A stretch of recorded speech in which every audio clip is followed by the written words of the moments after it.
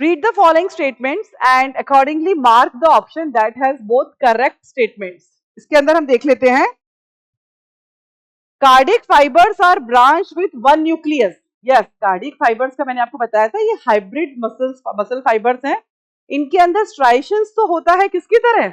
Striations इनके अंदर होता है बिल्कुल स्केलेटल मसल की तरह, लेकिन इनके अंदर जो न्यूक्लियस है वो हमेशा स्मूथ मसल की तरह होता है. ये यूनी न्यूक्लिएटेड होते हैं. बिल्कुल क्लियर होना चाहिए ये चीज.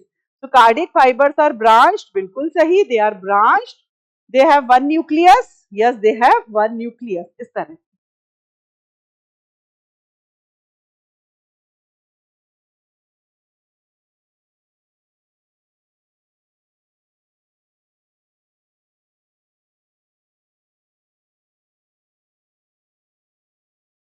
इस तरह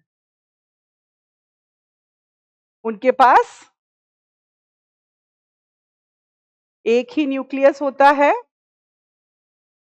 नेटवर्क लाइक स्ट्रक्चर होता है ब्रांच्ड, और स्ट्राइशंस प्रेजेंट होते हैं इस तरह. यहां से लेकर यहां तक एक कार्डियक मसल फाइबर है, यूनी न्यूक्लिएटेड होता है और स्ट्राइशंस होते हैं, ब्रांच्ड स्ट्रक्चर ये होता है. दो फाइबर के बीच में ये कहलाती है इंटरकैलरी और इंटरकैलेटेड डिस्क. गॉट इट और not? So it is the structure of cardiac fibre. Smooth fibres are unbranched and cylindrical. नहीं भाई, जो स्मूथ फाइबर्स होते हैं वो तो इस तरह से होते हैं, उनका स्पिंडल शेप होता है. स्मूथ मसल फाइबर का शेप कैसा होता है? स्मूथ मसल फाइबर का शेप हमेशा कैसा होता है बेटा? सॉरी टीचर्स, कैसा होता है?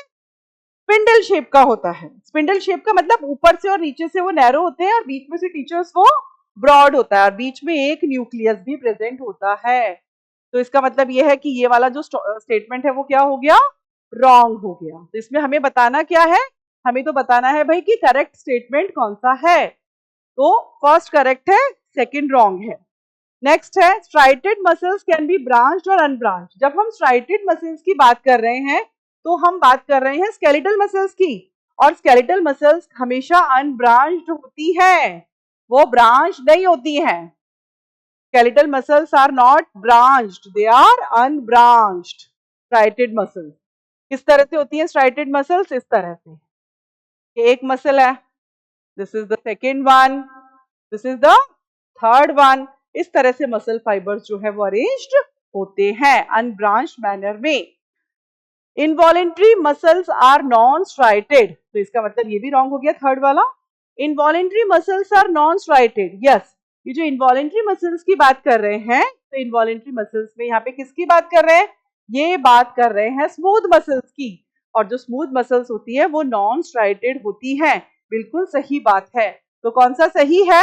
First and fourth the correct option. बिल्कुल सही है फर्स्ट एंड फोर्थ. ठीक है, we'll move to the next question teachers.